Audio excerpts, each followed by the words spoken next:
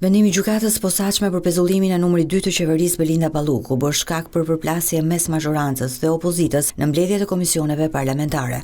Në komisionin për nisma qytetare, nënkryetari demokrat i komisionit Ivi Kaso deklaroi se për çështjen e tunelit të Llogaras duhet ishte vendosur nën akuzë edhe kryeministri Edi Rama. Por kryetari socialist i komisionit Fatmir Xhafa i kujtoi Partisë Demokratike standardet e dyfishta që përdor ndaj SPAK-ut, duke sulmuar kur heton brenda radhëve të saj e duke përshëndetur kur heton mazhorancën.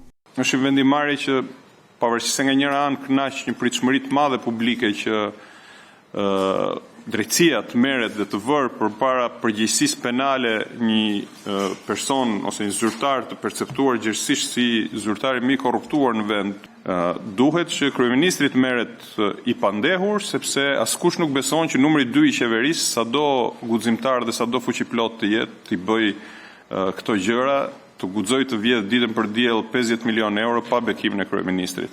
Mua më keq që deklaratat tuaja janë deklarata nga pozicioni një prokurori në rastin konkret.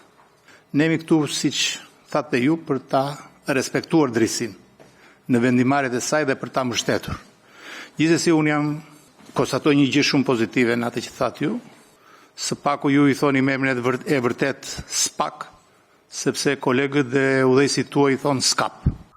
Një ditë më parë, gjykata e posaçme kundër krimit të organizuar dhe korrupsionit vendosi si mas sigurie ndaj numrit 2 të qeverisë Belinda Balluku pezullimin nga detyra dhe marrjen e pasaportës. Zëvendës kryeministra Belinda Balluku po hetohet nga SPAK-u për akuzën e shkeljes së barazisë në tendera në rastin e ndërtimit të tunelit Llogaras dhe në rastin e ndërtimit të një prej loteve të Unazës së Madhe të Tiranës.